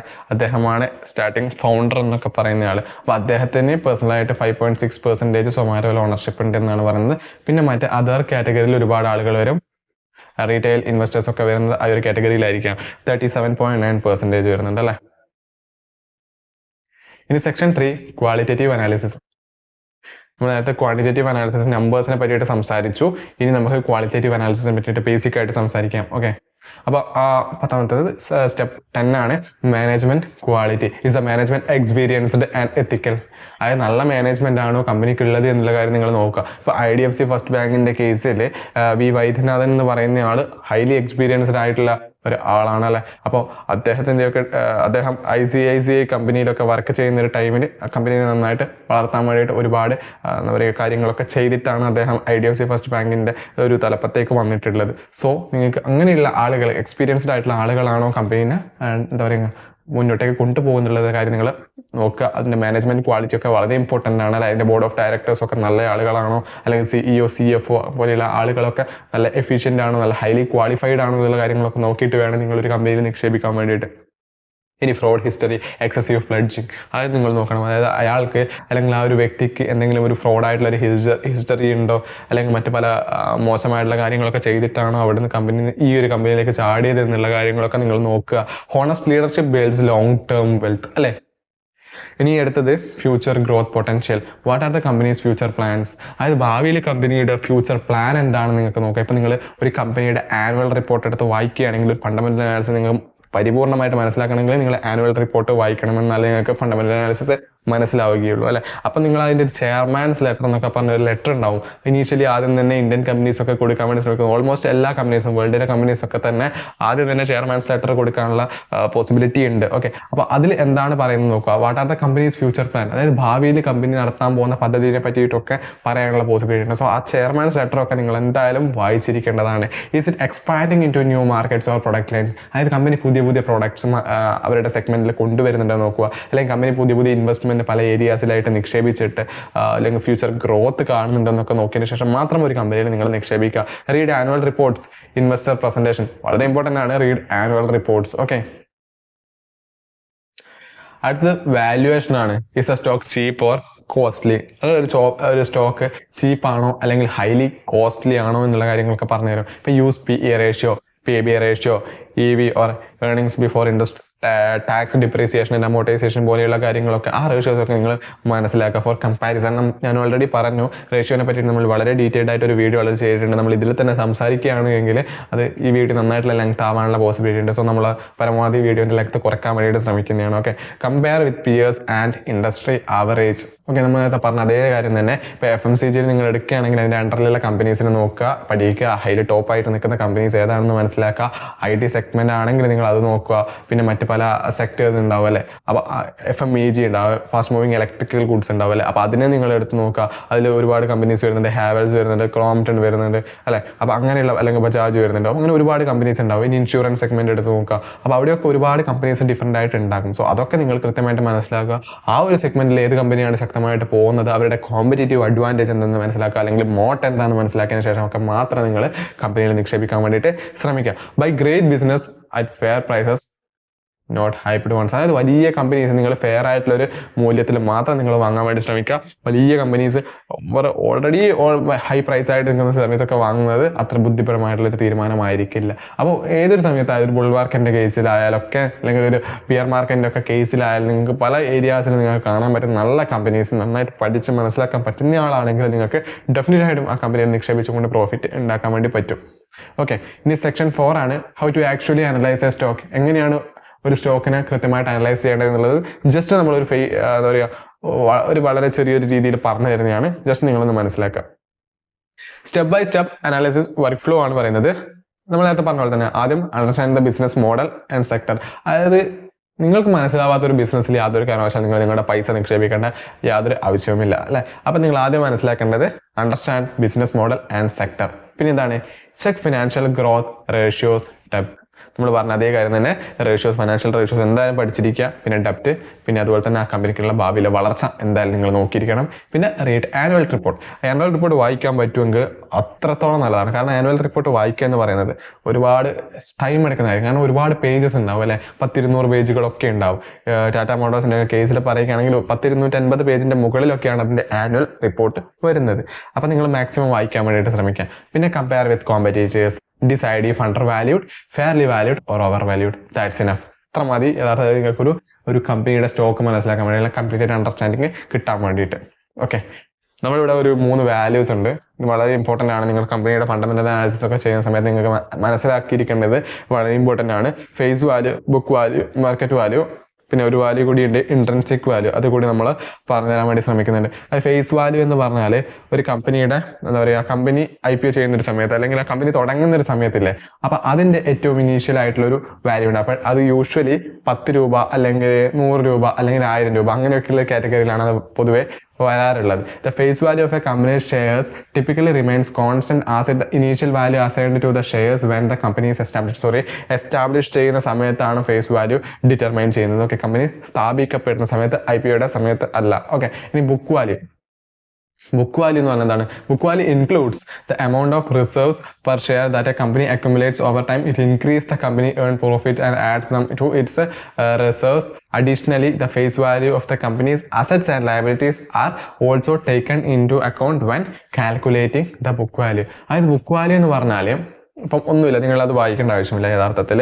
അതായത് നിങ്ങളിപ്പോൾ ഒരു കമ്പനിയിൽ എന്താ പറയുക, കമ്പനിയിലെ ഒരു ഷെയർ ഹോൾഡർക്ക് ആ കമ്പനി ഇപ്പം ലിക്വിഡേറ്റ് ചെയ്യുകയാണെന്ന് വിചാരിക്കുക, അല്ലെങ്കിൽ കമ്പനി ഇപ്പം വിൽക്കുകയാണ് എന്ന് വിചാരിക്കുക. അങ്ങനെ വിൽക്കുകയാണെങ്കിൽ ഒരു ഷെയർ ഹോൾഡർക്ക് എത്ര കിട്ടും എന്നുള്ളതാണ് ബുക്ക് വാല്യൂ പറഞ്ഞു തരുന്നത്. ഓക്കെ, അപ്പോൾ നിങ്ങൾക്ക് മനസ്സിലായിട്ടുണ്ടാവും. അതായത് യഥാർത്ഥത്തിൽ ഫേസ് വാല്യൂ പോലെ ആയിരിക്കില്ല ബുക്ക് വാല്യൂ ഡിഫറെൻ്റ് ആണ്. ഇനി മാർക്കറ്റ് വാല്യൂ എന്താണ്? അതായത് കറന്റ് ആ കമ്പനിയുടെ ഷെയർ സെക്കൻഡറി മാർക്കറ്റിൽ ഇപ്പോൾ റൺ ചെയ്യുന്നുണ്ടാവും. അപ്പം ഓരോ സമയം ഓരോ സെക്കൻഡ് ബൈ സെക്കൻഡ് മാറിക്കൊണ്ടിരിക്കുന്നുണ്ടാവും അല്ലേ, അതാണ് മാർക്കറ്റ് വാല്യൂ എന്ന് പറയുന്നത്. ഓക്കെ, ഇനി ഇൻട്രൻസിക് വാല്യൂ എന്ന് പറയുന്നത് എന്താണ്? Future growth potential, discounted cash flow, DCF ഒക്കെ നോക്കിയതിന് ശേഷം മാത്രമേ ഇൻട്രൻസിക് വാല്യൂ പറയാൻ പറ്റൂ. ഓക്കെ, അപ്പോൾ ഇൻട്രൻസിക് വാല്യൂ എന്ന് പറയുന്നത് ഇവിടെ വളരെ ഇമ്പോർട്ടൻ്റ് ആണ്. ഒരു ഇൻട്രൻസിക് വാല്യൂ കൃത്യമായിട്ട് നോക്കിയതിന് ശേഷം മാത്രമേ നിങ്ങൾ ഒരു കമ്പനിയിൽ നിക്ഷേപിക്കാൻ പാടുള്ളൂ. ഓക്കെ, ഇൻട്രൻസിക് വാല്യൂ കൂടുതലാണെങ്കിൽ ആ കമ്പനി ഇൻട്രൻസിക് വാല്യൂവിനേക്കാളും കൂടുതലാണ് അതിൻ്റെ മാർക്കറ്റ് പ്രൈസ് എങ്കിൽ ആ കമ്പനി ഓവർ വാല്യൂഡ് ആണെന്നും, ഇൻട്രൻസിക് വാല്യൂവിനേക്കാളും കുറവാണ് അതിൻ്റെ മാർക്കറ്റ് പ്രൈസ് എങ്കിൽ അല്ലെങ്കിൽ മാർക്കറ്റ് വാല്യൂ എങ്കിൽ ആ കമ്പനി അണ്ടർ വാല്യൂഡ് ആണ് എന്നാണ് അർത്ഥം. Okay, market value is equal to book value plus built up value. Section 5 live case സ്റ്റഡിയാണ്. Fundamental analysis of TCS, Tata consultancy സർവീസിനെയാണ് നമ്മൾ ഇവിടെ എടുത്തിട്ടുള്ളത്. അതിൻ്റെ ബിസിനസ് മോഡൽ എന്ന് പറയുന്നത് IT സർവീസ് ആണ്. അവിടെ നിന്ന് ഗ്ലോബൽ ക്ലയൻസ് ഉണ്ട്. റിട്ടേൺ ഓൺ ഇക്വിറ്റി 40%, ഡെപ്റ്റ് ഫ്രീ ആണ്, സ്ട്രോങ് ക്യാഷ് ഫ്ലോ ആണ്. ഓക്കെ, നമ്മൾ ജസ്റ്റ് ഒരു എങ്ങനെയാണ് മനസ്സിലാക്കേണ്ടതെന്നുള്ള കാര്യം മാത്രമേ ഇവിടെ പറയുന്നുള്ളൂ. നിങ്ങൾ ഈ ഒരു രീതിക്കായിരിക്കണം നിങ്ങൾ ഏത് കമ്പനിയെ എടുത്താലും നിങ്ങൾ എന്താ പറയുക, ഫണ്ടമെന്റൽ അനാലിസിസ് ചെയ്ത് കണ്ടുപിടിക്കാൻ വേണ്ടിയിട്ട്, അല്ലെങ്കിൽ ശക്തമായിട്ടുള്ള കമ്പനിയാണോ അല്ലയോ എന്ന് നോക്കാൻ വേണ്ടിയിട്ട് നിങ്ങൾ ഈ ഒരു രീതിക്ക് വേണം ചെയ്യാൻ വേണ്ടിയിട്ട്. ഇനി PE റീസണബിൾ ആണ്, വിത്ത് സ്റ്റഡി ഗ്രോത്ത് ആണ്. Final word A strong long term compounder. Okay, അങ്ങനെയൊക്കെ നോക്കിയിട്ട് വേണം നിങ്ങളൊരു കമ്പനിനെ സെലക്ട് ചെയ്യാൻ വേണ്ടിയിട്ട്. ഓക്കെ, നമ്മൾ TCSൻ്റെ പ്രോഫിറ്റ് ആൻഡ് ലോസ് സ്റ്റേറ്റ്മെൻറ്റ് ഇവിടെ എടുത്തിട്ടുണ്ട് അല്ലേ. അപ്പോൾ നിങ്ങൾക്ക് ജസ്റ്റ് ഒന്ന് നോക്കിയാൽ നിങ്ങൾക്ക് മനസ്സിലാക്കാൻ പറ്റും. അതിൻ്റെ സെയിൽസ് ആണ് ഇവിടെ കൊടുത്തിട്ടുള്ളത്. മാർച്ച് 2014, 15 അങ്ങനെ 25 വരെയുള്ള കാര്യങ്ങൾ ഇവിടെ കൊടുത്തിട്ടുണ്ട്. സെയിൽസ് എന്നൊക്കെ പറയുന്ന കൺസിസ്റ്റൻ്റ് ആയിട്ട് ഗ്രോ ആവുന്നത് നിങ്ങൾക്ക് കാണാൻ പറ്റുന്നുണ്ടല്ലേ, വളരെ ശക്തമായിട്ട്. ഈവൻ കൊറോണയുടെ സമയത്ത് പോലും നന്നായിട്ട് ഗ്രോത്ത് ഇവിടെ ഉണ്ടായിട്ടുണ്ട്. മറ്റ് പല കമ്പനീസും നഷ്ടത്തിലേക്ക് വരുത്തുമ്പം ഈ കമ്പനീസ് നല്ല ലാഭത്തിലേക്ക് പോയിട്ടുണ്ട്. എക്സ്പെൻസിൻ്റെ കേസിൽ നോക്കുക, 2014 56,000 കോടിയാണ്. ഓൾ വാല്യൂസ് ഇൻ ക്രോർ ആണ് ഇവിടെ കൊടുത്തിട്ടുള്ളത്. 70,000 കോടി, 77,000 കോടി. അപ്പം അങ്ങനെ എക്സ്പെൻസും കൺസിസ്റ്റൻ്റ് ആയിട്ട് ഗ്രോ ആവുന്നുണ്ട്. അതിനനുസരിച്ചിട്ട് തന്നെ സെയിൽസും കൂടുന്നുണ്ട് എന്നുള്ള കാര്യം നിങ്ങൾ നോട്ട് ചെയ്യുക. ഓക്കെ, ഇനി ഇവിടെ നോക്കുക, ഓപ്പറേറ്റിംഗ് പ്രോഫിറ്റ് കമ്പനി കോർ ഓപ്പറേഷനിലൂടെ കമ്പനി ഉണ്ടാക്കുന്ന പ്രോഫിറ്റ് ആണ് ഇവിടെ വരുന്നത്. അത് നന്നായിട്ട് ഗ്രോ ആവുന്നത് നിങ്ങൾക്ക് കാണാൻ പറ്റുന്നുണ്ട്. ഓപ്പറേറ്റിംഗ് പ്രോഫിറ്റ് മാർജിൻ അതിൻ്റെ പെർസെൻറ്റേജ് കൂടുന്നത് കണ്ടോ നിങ്ങൾ. അതർ ഇൻകം നോക്കുക, മറ്റ് പല ഏരിയാസിന് ചിലപ്പോൾ അത് നിക്ഷേപിച്ചിട്ടുണ്ടാവും, അതിൽ നിന്ന് കിട്ടിയ ഇൻകം ആണ് ഈ അതർ ഇൻകം കാറ്റഗറിയിലൊക്കെ വരുന്നത്. ഓക്കെ, ഇനി ഇൻട്രസ്റ്റ് ഉണ്ട്, ഡിപ്രീസിയേഷൻ ഉണ്ട്. ഓക്കെ, ഓരോ വർഷം കൊടുക്കുന്ന ഒരു ഇൻട്രസ്റ്റ് ആയിരിക്കും ഇത്. അതുപോലെ തന്നെ കമ്പനിയുടെ ഡിപ്രീസിയേഷൻ ആയിരിക്കും ഇത്. ഇനി പ്രോഫിറ്റ് ബിഫോർ ടാക്സ് ഉണ്ട്. ആ ടാക്സ് കൊടുക്കുന്നതിന് മുമ്പ് കമ്പനിക്ക് എത്ര ലാഭമുണ്ട് എന്നുള്ളത് ഇവിടെ ഉണ്ട്. അത് നിങ്ങൾ കൃത്യമായിട്ട് നോക്കുക. ഇനി ടാക്സ് ഉണ്ടോ, കമ്പനിയുടെ ടാക്സ് പെർസെൻറ്റേജ്. ഓക്കെ, ടാക്സ് കുറച്ച് കഴിയുമ്പോൾ നെറ്റ് പ്രോഫിറ്റ് ഇവിടെ കിട്ടുന്നത് അത് ഏകദേശം നന്നായിട്ടുള്ള രീതിയിൽ വളരുന്നുണ്ടല്ലേ. ഇനി ഏർണിങ്സ് പെർ ഷെയർ ഇൻ റുപ്പീസിലാണ് പറയുന്നത്. കമ്പനിയുടെ ഒരു ഷെയർ ഹോൾഡ് ചെയ്യുന്ന ഒരാൾക്ക് കിട്ടുന്ന ഒരു റിട്ടേൺ പോലെയാണ് EPS എന്ന് പറയുന്നത്. അത് കൃത്യമായിട്ടും കൂടുന്നുണ്ട്. സോ വളരെ നല്ലൊരു കമ്പനിയാണ് ഈ കമ്പനി. ഒക്കെ ഡിവിഡൻഡ് പേ ഔട്ട് റേഷ്യോ അല്ലെങ്കിൽ പെർസെൻറ്റേജും നിങ്ങൾക്ക് ഇവിടെ കാണാൻ പറ്റുന്നുണ്ട്. ഫൈനലി നിങ്ങൾക്ക് കൺക്ലൂഡ് ചെയ്യാം, TCS എന്ന് പറയുന്നത് ഒരു ഹൈലി ക്വാളിഫൈഡ് ആയിട്ടുള്ള നല്ല കമ്പനിയാണ്. ദീർഘകാലത്തേക്ക് നിക്ഷേപിക്കാൻ വേണമെങ്കിൽ നിങ്ങൾക്ക് കൺസിഡർ ചെയ്യാൻ പറ്റുന്ന ഒരു കമ്പനിയാണ് Tata consultancy service. Tools and website four analysis. ഇനി നമ്മൾ പറഞ്ഞല്ലോ ഓൾറെഡി ആനുവൽ റിപ്പോർട്ട് എന്ന് പറയുന്നത് വളരെ ഹൈ ആയിട്ട് നല്ല പേഷ്യൻസ് ഉള്ള ആളുകൾക്കൊക്കെ വായിക്കാൻ പറ്റൂ. അപ്പോൾ നിങ്ങൾക്ക് കുറച്ചും കൂടി എളുപ്പമായിട്ട് ഫണ്ടമെന്റൽ അനാലിസിസ് നടത്തിയിട്ട് കാര്യങ്ങൾ മനസ്സിലാക്കണമെന്നുണ്ടെങ്കിൽ നിങ്ങൾക്ക് ഒരുപാട് ടൂൾസിൻ്റെ ഹെൽപ്പ് ചെയ്യാം, അല്ലെങ്കിൽ ഹെൽപ്പ് നോക്കാം. അതിലൊന്നാണ് screener.in എന്ന് പറയുന്നത്. Quick ratio and fundamentals ratios കൃത്യമായിട്ട് മനസ്സിലാക്കാം, അല്ലെങ്കിൽ അടിസ്ഥാനപരമായിട്ടുള്ള കാര്യങ്ങളൊക്കെ മനസ്സിലാക്കാൻ വേണ്ടി പറ്റും. Ticker type or Moneycontrol, peer comparison, okay, അതും ചെയ്യാൻ വേണ്ടി പറ്റും. Annual reports, investor presentation, official info പറ്റുമെങ്കിൽ നിങ്ങൾ തീർച്ചയായിട്ടും ആനുവൽ റിപ്പോർട്ട് വായിക്കാൻ വേണ്ടിയിട്ട് ശ്രമിക്കുക. ഇനി കോമൺ മിസ്റ്റേക്സ് ആണ് പറയുന്നത്, അല്ലെങ്കിൽ തുടക്കക്കാർ ചെയ്യുന്ന കോമൺ ആയിട്ടുള്ള കുറച്ച് മിസ്റ്റേക്സ് ആണ് പറയുന്നത്. Blindly trusting tips or social media type. പിന്നെ ഇതാണ് buying based on PE ratio മാത്രം നോക്കിയിട്ട് സ്റ്റോക്ക് വാങ്ങാൻ വേണ്ടിയിട്ടുള്ള ശ്രമവും പലരും നടത്താറുണ്ട്. ഇഗ്നോറിംഗ് ഡെപ്റ്റ് ഓർ നെഗറ്റീവ് ക്യാഷ് ഫ്ലോ, ഇതും വളരെ ഇമ്പോർട്ടൻ്റ് ആണ്. Okay, not reading annual reports. ഞാൻ പറഞ്ഞു ഓൾറെഡി, ആനുവൽ റിപ്പോർട്ട് വായിക്കാൻ പറ്റുമെങ്കിൽ തീർച്ചയായിട്ടും നിങ്ങൾ വായിക്കണം, ഏത് കമ്പനിയിലാണ് നിങ്ങൾ നിക്ഷേപിക്കുന്നത് എങ്കിലും. ഓക്കെ, ഇനി കുറച്ച് ബോണസ് ടിപ്പാണ് പറഞ്ഞു തരുന്നത് പുതിയ തുടക്കക്കാർക്ക് വേണ്ടിയിട്ട്.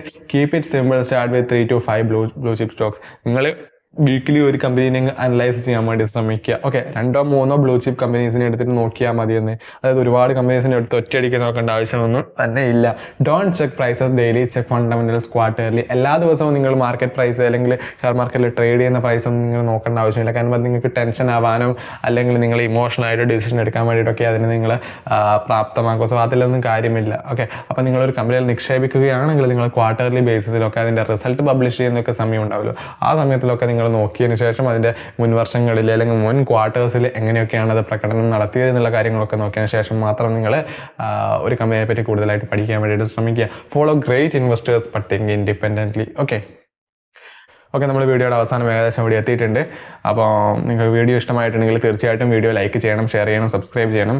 അതുപോലെ തന്നെ ട്രേഡിംഗ്, ഇൻവെസ്റ്റിംഗ്, അതുപോലെ തന്നെ ഫണ്ടമെന്റൽ അനാലിസിസ് ഒക്കെ പഠിക്കാൻ താല്പര്യമുള്ള, കമ്പനീനെ പറ്റിയിട്ട് പഠിച്ച് നല്ല രീതിക്ക് ഇൻവെസ്റ്റ് ചെയ്യാൻ താല്പര്യമുള്ള നിങ്ങൾ ഫ്രണ്ട്സോ അല്ലെങ്കിൽ റിലേറ്റീവ്സോ ഉണ്ടെങ്കിൽ ഡെഫിനറ്റ് ആയിട്ട് നിങ്ങൾ ഈ വീഡിയോ അവർക്ക് ഷെയർ ചെയ്ത് കൊടുക്കുക.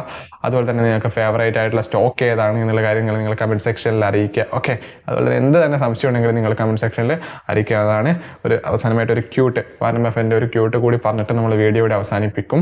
Price is what you pay, value is what you get. നിങ്ങൾ കൊടുക്കുന്ന പ്രൈസിന് കൃത്യമായിട്ട് വാല്യൂ കിട്ടുന്നുണ്ടോ എന്നുള്ള നോക്കിയതിനു ശേഷം മാത്രം നിങ്ങൾ ഒരു കമ്പനിയിൽ നിക്ഷേപിക്കുക. അതായത് നിങ്ങൾ ഏത് കാര്യത്തിലാണെങ്കിലും നിങ്ങൾ നിക്ഷേപം നടത്തുമ്പോൾ നിങ്ങൾക്ക് തക്കതായിട്ടുള്ള വാല്യൂ തിരിച്ച് കിട്ടുന്നുണ്ടോ എന്നുള്ള കാര്യം നിങ്ങൾ കൃത്യമായിട്ട് നോക്കുക. ഓക്കെ, അപ്പം വീഡിയോ കണ്ടത് എന്തായാലും വളരെയധികം സന്തോഷമുണ്ട്, വളരെയധികം നന്ദിയുണ്ട്. നിങ്ങൾ ഇതുവരെ കണ്ടിട്ടുണ്ടെങ്കിൽ ഡെഫിനറ്റ് ആയിട്ട് നിങ്ങൾക്ക് കുറേ കാര്യങ്ങൾ നിങ്ങൾക്ക് മനസ്സിലായിട്ടുണ്ടാവും അല്ലേ. അപ്പോൾ വീഡിയോ കണ്ടതിന് വളരെയധികം നന്ദിയുണ്ട്. അടുത്ത വീഡിയോയിൽ കാണുന്നത് വരെ നന്ദി, നമസ്കാരം.